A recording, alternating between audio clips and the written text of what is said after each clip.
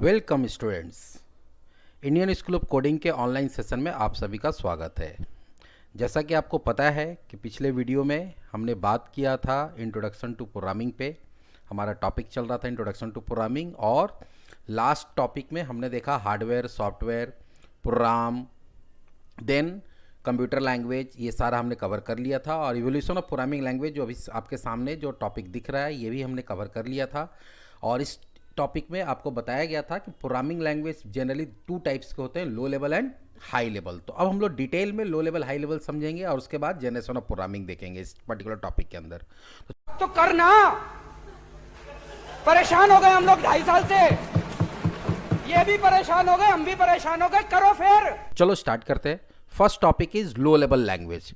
Low level language, that is machine language and assembly language, are machine oriented and required extensive knowledge of computer circuitry. Machine language in which instructions are written in binary code using zeros and ones is the only language that the computer can execute directly. जैसा कि आपको पता होगा, मैंने पहले भी पिछले video में बताया था कि कंप्यूटर सिर्फ एक ही लैंग्वेज समझता है, डेट इज बाइनरी लैंग्वेज और मशीन लैंग्वेज, जिसमें 0 और 1 होता है। तो लो लेवल लैंग्वेज एक ऐसा लैंग्वेज होता है जिसके अंदर हमारे पास 2 लैंग्वेज मिलता है, first machine language and second assembly language. Machine level language एक ऐसा लैंग्वेज होता है जिसके थ्रू अगर आप कंप्यूटर को इंस्ट्रक्शन देना चाहते हैं, इसके लिए आपको काफ़ी ज़्यादा मशीन का नॉलेज, कंप्यूटर के सर्किट का नॉलेज होना चाहिए, बिकॉज आपको एक एक चीज़ के लिए 0101 करके कोडिंग करना पड़ता है। कहाँ से कौन सा सिग्नल कैसे किस कंपोनेंट से किस कंपोनेंट के पास जाएगा, वहाँ से फिर कौन सा सिग्नल किस कंपोनेंट से किस कंपोनेंट के पास जाएगा, इसके लिए आपको कंप्यूटर का पूरा सर्किट का नॉलेज होना जरूरी है। स्टार्टिंग में जब हमारा कंप्यूटर बना था, कमर्शियली अवेलेबल हुआ था, उस समय कंप्यूटर के अंदर बाइनरी कोड 0-1 से ही पंच किया जाता था। और इसके लिए जनरली अगर समझाने के लिए बोले तो अगर आपको 0-1 में प्रोग्रामिंग करना है तो इसके लिए आपको एक साइंटिस्ट लेवल का नॉलेज होने का ज़रूरत है, तभी जाके आप ये काम कर सकते हैं। 0-1 एक ऐसा कोड है जो कंप्यूटर डायरेक्टली समझता है, डायरेक्टली काम होता है, इसलिए अगर मशीन लैंग्वेज का अगर आप यूज़ करते हैं तो उसके थ्रू जो भी कोड लिखते हो वो काफ़ी फास्ट काम करता है। मशीन लैंग्वेज के बाद जो अगला लैंग्वेज आया था वो आया था assembly language, in which instruction are written using symbolic names for machine operation in read add store etc. हुआ क्या कि जब हमारा 0-1 पे काम हो रहा था बाइनरी लैंग्वेज के अंदर, तो उससे आप बहुत ज़्यादा कोडिंग नहीं कर सकते थे, और कोडिंग करते भी थे तो वो बहुत ज़्यादा कॉम्प्लेक्स हुआ करता था। तो उस कॉम्प्लेक्सिटी को थोड़ा बहुत कम किया गया असेंबली लैंग्वेज में, जिसके अंदर क्या किया गया कि जो कॉमन काम होता था, जैसे कोई डेटा रीड करना है, कोई डेटा को स्टोर करना है, कोई डेटा को लोड करना है, या basics addition, subtraction, multiplication, division type का कुछ कैलकुलेशन करना है, तो उसका जो आपको बाइनरी कोड लिखना पड़ता था, बाइनरी कोड के जगह पे क्या दे दिया गया, उसके जगह पे आपको दे दिया गया कुछ टोकन्स, या उसको बहुत जगह निमोनिक्स भी बोलते हैं, बहुत जगह उसको सिंबॉलिक नेम भी बोलते हैं, जैसे रीड ऐड स्टोर, एक तरह से कीवर्ड टाइप का चीज़। ये सब प्लस ऑपरेंड से अगर सारा कुछ दे दिया गया, जिससे बेफायदा ये हुआ कि तुम्हारा मशीन लैंग्वेज के कंपैरिजन में तुम्हारा प्रोग्रामिंग ईजी हो गया। बट प्रॉब्लम अभी भी था, क्योंकि हम लोग पहले पढ़े कि कंप्यूटर सिर्फ 0-1 समझता, तो फिर ये रीड ऐड स्टोर लोड ये सब जो निमोनिक्स था उसको कैसे समझेगा। तो इसके लिए कंप्यूटर में आपको एक एडिशनल सॉफ्टवेयर डालना पड़ता था, इसका नाम था असेंबलर। तो यहाँ पे वही चीज लिखा हुआ कि make programming less tedious than machine language programming. अगर देखा जाए कि अगर जैसे असेंबली लैंग्वेज आया तो तुम्हारा जो बाइनरी लैंग्वेज हुआ करता था उससे थोड़ा सा आसान हो गया, कम लेस टेडियस हो गया। But However, assembly program is written is then converted into the machine language using assembler software। लेकिन प्रॉब्लम क्या था? प्रॉब्लम यह था कि कंप्यूटर तो 0-1 समझता है, तो फिर ये इंग्लिश वाला कीवर्ड्स को कैसे समझेगा? तो इसके लिए कंप्यूटर में एक एडिशनल सॉफ्टवेयर डालना पड़ता था जिसका नाम था असेंबलर। तो असेंबलर क्या करता था, सबसे पहले असेंबली लैंग्वेज में कोड जो लिखते थे हम लोग उसको वो रीड करता था, रीड करके मशीन कोड में कन्वर्ट करता था, 0-1 में ट्रांसलेट करता था, तब जाके मशीन समझ पाता था। तो अल्टीमेटली जो मशीन समझेगा वो क्या समझेगा? अल्टीमेटली जो मशीन समझेगा वो हमारा 0 and 1 ही समझेगा। तो अगर आप मशीन लैंग्वेज में दे रहे हैं तो well and good, machine language में नहीं देखे, अगर असेंबली लैंग्वेज में दे रहे हैं देन आपको एक ट्रांसलेटर सॉफ्टवेयर का जरूरत पड़ता है, और वो ट्रांसलेटर सॉफ्टवेयर किस नाम से आता है? असेंबली लैंग्वेज के लिए असेंबलर के नाम से। तो असेंबलर एक ऐसा सॉफ्टवेयर होगा जो आपका असेंबली कोड को रीड करेगा और मशीन कोड में ट्रांसलेट करेगा ताकि मशीन उसको समझ पाए। अब बात उठता है कि इसको लो लेवल लैंग्वेज क्यों बोलते हैं? तो लो लेवल लैंग्वेज इसको इसलिए बोलते हैं, चाहे वो मशीन लैंग्वेज है चाहे असेंबली लैंग्वेज है, तो इसमें जनरली 2 ही लैंग्वेज आता है लो लेवल लैंग्वेज में, मशीन लैंग्वेज और असेंबली लैंग्वेज। इसको लो लेवल लैंग्वेज इसलिए बोलते हैं बिकॉज इसके थ्रू जो भी आप इंस्ट्रक्शन लिखते हैं वो इंस्ट्रक्शन डायरेक्टली किसके पास चला जाता है? वो इंस्ट्रक्शन डायरेक्टली चला जाता है तुम्हारा कंप्यूटर के पास में, और कंप्यूटर उस इंस्ट्रक्शन को डायरेक्टली समझता है और समझ के काम करता है। मतलब आप जो भी चीज़ लिखेंगे डायरेक्ट आपका हार्डवेयर समझेगा, डायरेक्ट हार्डवेयर को इंस्ट्रक्शन जाएगा और डायरेक्ट आपका हार्डवेयर काम करेगा। मतलब आपका आप जो भी प्रोग्राम लिख रहे हैं, ये प्रोग्राम जो है वो सीधा सीधा हार्डवेयर के पास जा रहा है और आपके प्रोग्राम को सीधा सीधा कौन रन कर रहा है? हार्डवेयर रन कर रहा है। तो ये डायरेक्टली लो लेवल पे जाके काम करता है, हार्डवेयर लेवल पे जाके काम करता है, इसलिए इसको क्या बोलते हैं? Low level programming language. अगर कोई ये पूछे कि लो लेवल प्रोग्रामिंग लैंग्वेज में कौन कौन सा आता है, तो जनरली मशीन लैंग्वेज जिसमें 0-1 या इसको बाइनरी कोड बोलते हैं वो आता है, और असेंबली लैंग्वेज। तो ये दो लैंग्वेज हमारा किसके अंदर आता है? लो लेवल लैंग्वेज के अंदर। उसके बाद जो आया वो आया high level language. High level language on the other hand offer English like keyword construct for sequence selection and iteration and use of variable and constants। तो जनरली अगर देखा जाए हाई लेवल लैंग्वेज में क्या होता है कि जस्ट लाइक इंग्लिश जैसा वर्ड्स हम लोग को मिलता है, जिसको यहाँ पे कीवर्ड्स बोला जाता है, जिसके थ्रू आप सीक्वेंस में जो भी कोड करना चाहते हैं या सिलेक्शन इटरेशन, जो कि हम लोग आगे देखेंगे प्रोग्रामिंग जब पढ़ेंगे वहाँ पे कि सिलेक्शन क्या होता है, इटरेशन क्या होता है, लेकिन वेरिएबल्स या कांस्टेंट हर चीज़, तो जो भी चीज़ करना है, चाहे आपको सिलेक्शन करना है, चाहे आपको इटरेशन करना है, चाहे आपको सीक्वेंस का कोड लिखना है, सीक्वेंस में कोड लिखना है, वेरिएबल्स बनाना है, कांस्टेंट बनाना है, हर चीज़ को बनाने के लिए इंग्लिश लाइक लैंग्वेज आपको मिल जाता है और उसको सीखना बहुत आसान होता है। जैसे बताया कि मशीन लैंग्वेज के लिए या फिर असेंबली लैंग्वेज के लिए आपको सर्किट का नॉलेज होने का जरूरत है, इसके लिए सर्किट का नॉलेज होने का जरूरत नहीं है। और इसमें क्योंकि इंग्लिश जैसा लैंग्वेज, इसलिए इसको सीखना भी आसान है, इस पर काम करना भी आसान है। This is very easy to program with such language compare to low level language. अगर देखा जाए तो इसके थ्रू प्रोग्रामिंग करना काफ़ी ज़्यादा आसान होता है अगर कंपेयर किया जाए किससे? लो लेवल लैंग्वेज से, चाहे वो मशीन लैंग्वेज है चाहे असेंबली लैंग्वेज है। The program written in high level language are converted into machine language using compiler और interpreter software as computer can execute machine language directly. लेकिन यहाँ पे भी वही प्रॉब्लम आएगा जो असेंबली लैंग्वेज में था, क्योंकि ये इंग्लिश लाइक लैंग्वेज है, इंग्लिश तो कंप्यूटर समझता नहीं है। तो पिछले वीडियोस में भी बताएं, अभी थोड़ी देर पहले भी बताया कि कंप्यूटर सिर्फ 0-1 समझता है। आप यहाँ पे इंग्लिश लाइक लैंग्वेज में हाई लेवल का यूज़ करें तो इंग्लिश लाइक लैंग्वेज यूज़ करेगा।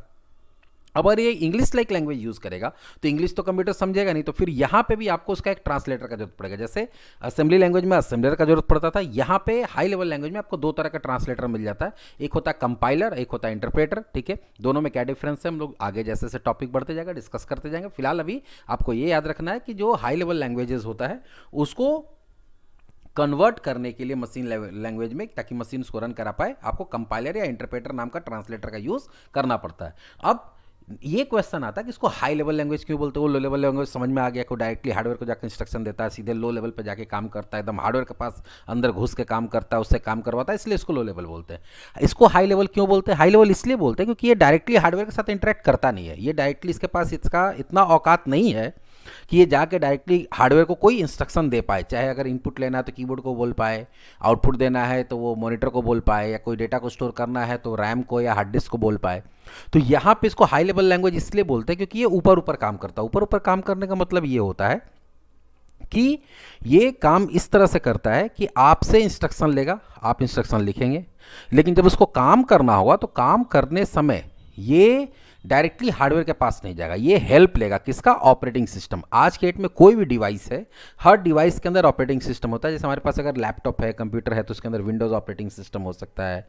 अगर मैकबुक है तो उसके अंदर आपके पास मैकनिटोस मैक ओएस हो सकता है, यूनिक्स हो सकता है, अगर नॉर्मल कोई कंप्यूटर है, लिनक्स हो सकता है, सोलारिस हो सकता है, तो बहुत सारा। अगर आपके पास मोबाइल डिवाइस है उसके अंदर एंड्रॉयड हो सकता है, iOS हो सकता है। तो हर डिवाइस के अंदर आज के डेट में क्या होता है? ऑपरेटिंग सिस्टम होता है।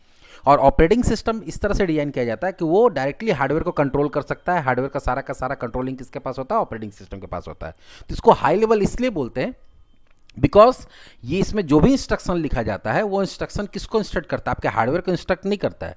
इसका जो इंस्ट्रक्शन होगा वो इंस्ट्रक्ट करेगा आपके ऑपरेटिंग सिस्टम को, और ऑपरेटिंग सिस्टम फिर किससे काम कराएगा? तुम्हारा हार्डवेयर से। मतलब आपका प्रोग्राम जाएगा और इंस्ट्रक्ट नहीं करेगा, हम बोल सकते हैं एक तरह से कि वो रिक्वेस्ट करता है। जैसे अगर सपोज एग्जाम्पल देते हैं कि आपके प्रोग्राम में कहीं पर इनपुट का जरूरत है, तो वो इनपुट जो है वो किससे मांगेगा? वो ऑपरेटिंग सिस्टम से मांगेगा, और ऑपरेटिंग सिस्टम फिर कीबोर्ड के पास जाएगा और वहां से इनपुट लेके आएगा। अगर आउटपुट देना है तो वो रिक्वेस्ट करेगा किसको? आपके ऑपरेटिंग सिस्टम को, और ऑपरेटिंग सिस्टम फिर जाके वो क्या करेगा? आपका आउटपुट देगा मॉनिटर पे या प्रिंटर पे, जहां पे भी आप इंस्ट्रक्शन दिए हुए हैं। अगर आपको कोई डेटा स्टोर करना है, आपको रैम में कोई स्पेस का रिक्वायरमेंट है, तो आपका प्रोग्राम डायरेक्टली जाके रैम में स्पेस नहीं बना सकता है।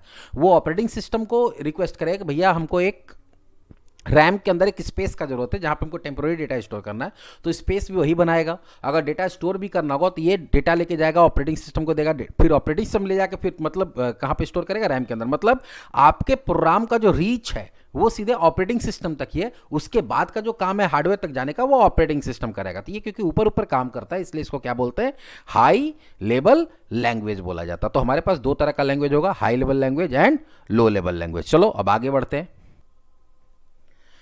नेक्स्ट जो टॉपिक है हमारा वो है programming language generation. Actually starting जब हुआ था कंप्यूटर का जनरेशन, जब कंप्यूटर का जनरेशन स्टार्ट हुआ तो जब कंप्यूटर आया तो साथ में सॉफ्टवेयर भी आया, और सॉफ्टवेयर आया तो उसको प्रोग्राम भी करना पड़ा, प्रोग्राम करना पड़ा तो इंस्ट्रक्शन भी लिखना पड़ा, इंस्ट्रक्शन लिखना पड़ा तो लैंग्वेज का भी जरूरत पड़ा।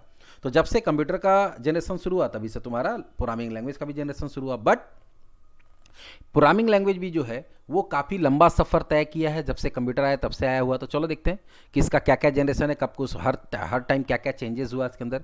तो computer programming started with instruction being type in binary format that is zeros and ones, and it evolved into today's sophisticated programming language that offer many features to make our tasks much easier and effective। तो यहाँ पे क्या बताएगा कि programming language जो है उसका generation जब स्टार्ट हुआ था वो उसी समय से हुआ था जब बाइनरी लैंग्वेज आया था और डायरेक्टली 0 और 1 में कोड किया जाता था।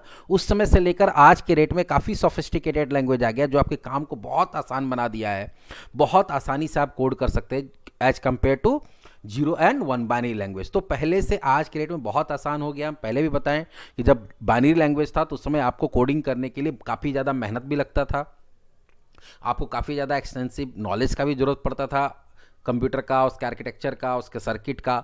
बट आज के डेट में ऐसा नहीं है कि स्कूल स्टूडेंट से क्लास 4, 5 तुम लोग देखते हो, कभी भी सुने भी होगे क्लास 4 का बच्चा एक ऐप बना दिया है, कोई वेबसाइट बना दिया, कोई सॉफ्टवेयर बना दिया। तो ये क्यों हो पा रहा है? क्योंकि आज के डेट के लैंग्वेज इतना आसान हो गया है कि कोई भी आसानी से उसको सीख के कोड कर सकता है। तो चलो देखते हैं, फर्स्ट जनरेशन से स्टार्ट करते हैं। सबसे पहला जनरेशन जो प्रोग्रामिंग लैंग्वेज था वो हम लोग ऑलरेडी डिस्कस किए हैं लो लेवल लैंग्वेज में, लेकिन फिर से यहाँ देखते हैं कि first generation programming language is a machine level programming language और machine language in short. First generation language को मशीन लेवल प्रोग्रामिंग लैंग्वेज बोला जाता था या उसको मशीन लैंग्वेज भी बोला जाता था। It consist of ones and zeros. उसमें जनरली हम लोग क्या करते थे, 0 और 1 का कोडिंग करते थे, 0 1 को लेके। Originally no translator software such as compiler interpreter was used to compile और assemble the first generation language. क्योंकि ये डायरेक्टली 0 1 में हम लोग कोडिंग करते थे और कंप्यूटर 0 1 ही समझता था, इसलिए उसको ट्रांसलेट करने के लिए किसी एडिशनल लैंग्वेज, किसी एडिशनल ट्रांसलेटर का जरूरत नहीं पड़ता था, चाहे वो असेंबलर है, कंपाइलर है या इंटरप्रेटर है। The main benefit of programming in first generation programming language is that the code a user write can run very fast and efficiently since it is directly executed by the CPU। क्योंकि हम लोग directly उसी language में coding करते थे जो directly CPU समझता है, इसलिए प्रोग्राम काफ़ी फास्ट, काफ़ी एफिशिएंटली रन करता था। But machine language is somewhat more difficult to learn than higher generation programming languages. लेकिन आज के डेट में जो हायर जनरेशन प्रोग्रामिंग लैंग्वेज है उससे कहीं ज़्यादा तुम्हारा ये डिफिकल्ट था उसको सीखना और उस पर काम करना। And it is somewhat more difficult to debug and edit if error occur. कभी प्रोग्रामिंग कर रहे उसमें कोई प्रॉब्लम आ गया, कोई एरर आ गया, कोई बग आ गया तो उसको डिबग करना, उसको ठीक करना काफ़ी मुश्किल काम था। लेकिन उस समय वही ऑप्शन था तो उससे काम होता था। फिर आया क्या, सेकेंड जनरेशन। तो सेकेंड जनरेशन में क्या हुआ, second generation programming language is term usually use to refer some form of assembly language. तो जनरली सेकेंड जनरेशन में क्या है, असेंबली लैंग्वेज। तो याद होगा हम बताए थे कि लो लेवल में 2 लैंग्वेज आता है तुम्हारा, फर्स्ट आता है मशीन लैंग्वेज या बाइनरी लैंग्वेज जिसको बोलते हैं, सेकेंड आता है असेंबली लैंग्वेज। तो जब सेकंड जनरेशन आया तो उसी में असेंबली लैंग्वेज आया था। Unlike first generation programming language, it can actually be read and written fairly easily by a human as it use mnemonics to specify instruction. तो यहाँ पे क्या था कि ये फर्स्ट जनरेशन लैंग्वेज से कहीं ज़्यादा ईजी था कोड करने के लिए, क्योंकि इसके अंदर निमोनिक्स जो हम बताए थे कीवर्ड्स यूज होता था और इंसान इसको आसानी से सीख सकता था, लिख भी सकता था। It required some translation from assembly language to machine language to make it useful to the computer. लेकिन हम पहले बताया कि कंप्यूटर 0 1 समझता और यहाँ पे आप इंग्लिश का कीवर्ड्स यूज़ करते थे, तो वहाँ पे क्या होता था, उसको डायरेक्टली कंप्यूटर समझ नहीं पाता था। तो इसके लिए आपको क्या करना पड़ता था, एक एडिशनल ट्रांसलेटर का जरूरत लेना पड़ता था जो कि तुम्हारे असेंबली लैंग्वेज को ट्रांसलेट करता था किसमें, मशीन लैंग्वेज में। The translator that does so is known as assembler. जो ये काम करता था ट्रांसलेशन का, उस ट्रांसलेटर को क्या बोला जाता था, असेंबलर बोला जाता था। However the language is still specific to and dependent on specific processor and environment and it difficult to use effectively to write large application. लेकिन तुम्हारा ये मशीन लैंग्वेज से इजी तो हो गया था, लेकिन इसके साथ कुछ समस्या था। समस्या क्या था? पहला प्रॉब्लम था कि ये प्लेटफॉर्म डिपेंडेंट था। इसके थ्रू कुछ पर्टिकुलर प्रोसेसर्स जो था उसी को प्रोग्राम कर सकते थे। हर प्रोसेसर के लिए इसके लिए प्रोग्रामिंग नहीं हो सकता। जैसे तो अगर प्रोसेसर समझाए तुम लोग को, जैसे आज के डेट में तुम लोग सुनते होगे कि इंटेल का प्रोसेसर होता है, राइजन का प्रोसेसर होता है, एएमडी का प्रोसेसर होता है। तो अलग अलग कंपनीज अलग अलग मॉडल का प्रोसेसर लेकर आता है, और अलग अलग कंपनीज का अलग अलग आर्किटेक्चर पर प्रोसेसर बना हुआ होता है। तो उस समय भी अलग अलग कंपनीज का प्रोसेसर होता था। तो ये सारे कंपनीज का प्रोसेसर को सपोर्ट नहीं करता था, कुछ पर्टिकुलर टाइप ऑफ प्रोसेसर को ही सपोर्ट करता था। तो हर मशीन के लिए इसके लिए कोडिंग हम लोग नहीं कर सकते थे। प्लस इसके साथ बहुत बड़ा एप्लीकेशन हम लोग नहीं बना सकते थे, बहुत कॉम्प्लेक्स एप्लीकेशन सॉफ्टवेयर हम लोग नहीं बना सकते थे।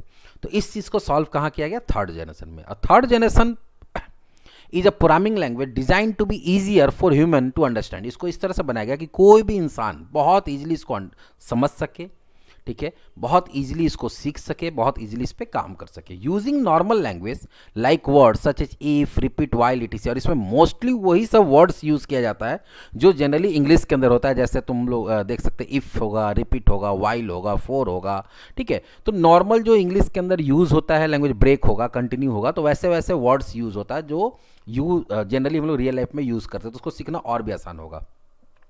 फॉर्ट्रैन, ALGOL and COBOL are early example of this sort of language. Starting में थर्ड जनरेशन में फॉर्ट्रन बहुत फेमस हुआ था, एल्गोल हुआ था, कोबोल हुआ था शुरू में। बट मोस्ट प्रोग्रामिंग लैंग्वेज जैसे आज के डेट में अगर तुम लोग देखोगे, basic, visual basic, C plus plus, Java, Python are also third generation languages. तो ये सब जो हम C plus plus, Java, Python जो तुम नाम सुनते हो, ये सारा का सारा क्या थर्ड जनरेशन लैंग्वेज है। Third generation language program also need to be converted into the machine language. Third generation के प्रोग्राम को भी मशीन लैंग्वेज में कन्वर्ट करना पड़ता है, ठीक है। और मशीन लैंग्वेज में कन्वर्ट करने के लिए जैसे असेंबली लैंग्वेज के लिए क्या आता था? असेंबलर आता था। इसके लिए कंपाइलर और इंटरप्रेटर आता। तो कंपाइलर और interpreter are two such software that convert a 3GL program into machine language program. तो थर्ड जनरेशन लैंग्वेज चाहे सी प्लस प्लस, जावा जो भी है, उसको रीड करता है और उसको मशीन लैंग्वेज में कन्वर्ट कर देता है, चाहे कंपाइलर इंटरप्रेटर। दोनों में डिफरेंस क्या है? जब आगे कोई भी प्रोग्रामिंग लैंग्वेज जब स्टार्ट किया जाएगा, उस समय इस चीज़ को बता दिया जाएगा। तो चलो आगे बढ़ते हैं कि कंपाइलर क्या होता है, इंटरप्रेटर क्या होता है, या दोनों में डिफरेंस क्या है, हम लोग आगे देखेंगे। नेक्स्ट आया फोर्थ जनरेशन लैंग्वेज। 4GL और fourth generation language is design to be closer to natural language than 3GL language, third generation language. Fourth generation language और भी ज़्यादा इस तरह से डिजाइन किया गया, नेचुरल लैंग्वेज जो हम लोग बोलचाल का भाषा यूज़ करते हैं, नेचुरल लैंग्वेज होता है, उससे ज़्यादा और भी ज़्यादा क्लोज हो गया, मतलब और भी ज़्यादा उसके जैसा हो गया। 4GL are non procedural in nature. Non procedural का मतलब होता है कि यहाँ पे एक एक लाइन लिख के भी रन करा सकते हैं, जहाँ पे प्रोग्रामिंग लैंग्वेज होता है उसके अंदर आपको ग्रुप ऑफ कोड लिखना पड़ता है, ठीक है, 2 लाइन, 4 लाइन, 5 लाइन, 10 लाइन, ऐसे ग्रुप बना के लिखना पड़ता है, एक एक लाइन करके रन नहीं करा सकते। जबकि तुम्हारा फोर्थ जनरेशन लैंग्वेज जो होता है वो नॉन प्रोसीजरल होता है, मतलब एक एक लाइन का भी इंस्ट्रक्शन लिख के हम लोग काम करा सकते हैं, उसके लिए कोई ग्रुप बनाने की जरूरत नहीं है। That is programming have just to specify what is required rather than how is to be done, which done in case of 3GL language and for accessing database such as SQL often describe as fourth generation language. तो third generation language में क्या होता था कि आपको बताना पड़ता है कि कौन सा चीज़ क्या होगा, कौन सा चीज़ को कैसे करना है। जबकि फोर्थ जनरेशन में क्या होता है, कौन सा चीज़ कैसे करना है वो नहीं बताना, आपको ये बताना होता है कि क्या करना है, बाकी काम अपने आप हो जाता है। तो इसके अंदर देखा जाए तो इसका एग्जाम्पल कौन सा होता है, तो इसके अंदर ज़्यादातर हम लोग बात करते हैं SQL का, स्ट्रक्चर्ड क्वेरी लैंग्वेज जो है वो डेटाबेस ऑपरेशंस में जो डेटाबेस का काम होता है, जहाँ पे डेटा स्टोर होता है, डेटा रिट्रीव होता है, डेटा माइनिंग वगैरह सुने होगे तुम लोग, तो डेटा पे जहाँ पे पूरा काम होता है, ठीक है, डेटा इंजीनियरिंग सुने होगे, ठीक है, या डेटा साइंस सुने होगे, उसके अंदर डेटाबेस का यूज़ होता है। तो डेटाबेस पे जो काम होता है वो होता है एक लैंग्वेज से, SQL से। तो स्ट्रक्चर क्वेरी लैंग्वेज बोलते हैं। तो SQL जो है वो काफ़ी ज़्यादा ईजी लैंग्वेज होता है और जस्ट लाइक इंग्लिश जैसा लैंग्वेज होता है, और ये फोर्थ जनरेशन के अंदर आता है। नेक्स्ट आता है फिफ्थ जनरेशन, जो सबसे लेटेस्ट जनरेशन आता है। और fifth generation programming language is a programming language based around solving problem using constant entered by the programmer which the computer uses to solve the given problem. Fifth generation language एक ऐसा language है इसमें programmer को दिमाग लगाना ही नहीं है, यहाँ पे सिर्फ आपको प्रॉब्लम डालना है और बाकी सारा सॉल्यूशन कौन प्रोवाइड करता है, सारा का सारा सॉल्यूशन आपका कंप्यूटर प्रोवाइड करता है, ठीक है। तो इसमें इसको सीखना बहुत ज़्यादा आसान है और इस पर काम करना भी बहुत ज़्यादा आसान है, और इसमें बहुत ज़्यादा कुछ आपको लिखना नहीं पड़ता है, ज़्यादा से ज़्यादा कोड ऑटोमेटिक जनरेट हो जाता है, आपको सिर्फ थोड़ा बड़ा उसमें कोडिंग करना पड़ता है। Fifth generation language are used mainly in AI, artificial intelligence research, ठीक है। और इसका ज़्यादातर उपयोग किस में होता है, AI के अंदर। आप लोग नाम सुनेगा आर्टिफिशियल इंटेलिजेंस का, तो AI के अंदर इसका यूज़ होता है। बहुत सारा लैंग्वेजेस है जो फिफ्थ जनरेशन लैंग्वेज में आता है, जैसे प्रोलोग, OPS या मरकरी, ये सब कुछ best non fifth generation languages है जो आज के डेट में चल रहा है। तो ये हम लोग देखे क्या कि हम लोग पहला जो टॉपिक हमारा था वो था कि प्रोग्रामिंग लैंग्वेज है क्या, हम लोग प्रोग्रामिंग लैंग्वेज पढ़ेंगे क्यों, तो प्रोग्रामिंग लैंग्वेज क्यों पढ़ेंगे वो देखे, और उसके बाद प्रोग्रामिंग लैंग्वेज का हम लोग जनरेशंस देखे, टाइप ऑफ प्रोग्रामिंग लैंग्वेज देखे। तो ये हमारा फर्स्ट सेशन होगा किसी भी लैंग्वेज को सीखने से पहले। कोई भी लैंग्वेज अगर आपको सीखना है तो मैंने जो 2 वीडियो बनाया है पार्ट 1 और पार्ट 2, इसको देख लेना जरूरी होता है कि आप जो करने जा रहे हो क्या करने जा रहे हो। तो आप प्रोग्रामिंग सीखने जा रहे हैं, डैट मीन्स कि you are going to develop a software. अगर आपको सॉफ्टवेयर आप बनाने जा रहे हैं तो सॉफ्टवेयर बनाने के लिए क्या करना पड़ेगा, आपको प्रोग्राम लिखना पड़ेगा। प्रोग्राम लिखने के लिए क्या करना पड़ेगा, आपको इंस्ट्रक्शन लिखना पड़ेगा, और इंस्ट्रक्शन लिखने के लिए क्या जरूरत पड़ेगा, प्रोग्रामिंग लैंग्वेज का जरूरत पड़ेगा। प्रोग्रामिंग लैंग्वेज का जो जरूरत पड़ेगा तो कौन कौन सा प्रोग्रामिंग लैंग्वेज होता है, तो 2 तरह का प्रोग्रामिंग लैंग्वेज होता है। ये सारा समरी में बता रहा हूँ अभी, ठीक है। एक होगा लो लेवल लैंग्वेज और दूसरा होगा हाई लेवल लैंग्वेज। लो लेवल लैंग्वेज में कौन कौन सा लैंग्वेज आता है, तो आपका असेंबली लैंग्वेज आता है और आपका मशीन लैंग्वेज आता है। पहले मशीन लैंग्वेज था, फिर असेंबली लैंग्वेज आ गया, और बाकी जितना भी लैंग्वेज होता है वो हाई लेवल लैंग्वेज में आता है। अगर जनरेशन वाइज बात करोगे तो यहाँ पे 5 जनरेशन है प्रोग्रामिंग का। फर्स्ट जनरेशन जिसमें मशीन लैंग्वेज था, सेकेंड जनरेशन जिसमें असेंबली लैंग्वेज आया, थर्ड जनरेशन जिसमें नॉर्मल प्रोग्रामिंग लैंग्वेज लाइक सी, C++, जावा, पाइथन, फोर्ट्रन, कोबल, एल्गोल, ये सब सारा था। उसके बाद 4th जनरेशन में SQL आता है। 5th जनरेशन में अभी हमने देखा प्रोलोग, OPS, मरकरी, जो AI मशीन लर्निंग जिसको बोलते हैं या AI बोलते हैं, या अभी एक और भी चीज़ होता है, दिमाग में मेरे नहीं आ रहा, डीप लर्निंग या समथिंग कुछ बोलते हैं, तो वो हो गया। तो ये सब सारा काम जो हो रहा है आज के डेट में वो तुम्हारा किसके थ्रू हो रहा है, 5th जनरेशन लैंग्वेज के थ्रू हो रहा है। तो ये हमारा पूरा का पूरा फर्स्ट टॉपिक जो हो गया वो कंप्लीट हो गया कि introduction to programming language, programming language है क्या, उसका यूज़ क्या है। अब आगे जो भी सेशंस होगा वो पर्टिकुलर किसी प्रोग्रामिंग लैंग्वेज का हो सकता है, जैसे कोई सी का सेशंस हो सकता है, जो लोग सी पढ़ेगा, या जावा जिसको पढ़ना होगा, या जिसको पाइथन पढ़ना होगा, जिसको C++ पढ़ना है, C# पढ़ना है। तो अलग अलग लैंग्वेज कोई ऑप्ट कर सकता है अपने रिक्वायरमेंट के हिसाब से। लेकिन ये बेसिक जानना जरूरी था, इसलिए मैंने ये सेशन को रिकॉर्ड किया है। रिकॉर्ड करके अभी मैं इसको डाल दूंगा ऑनलाइन, आप लोग इसको देख सकते हैं और उसको समझ सकते हैं। तो चलो आज इतना ही, बाय। खत्म, बाय बाय, टाटा, गुड बाय, गया।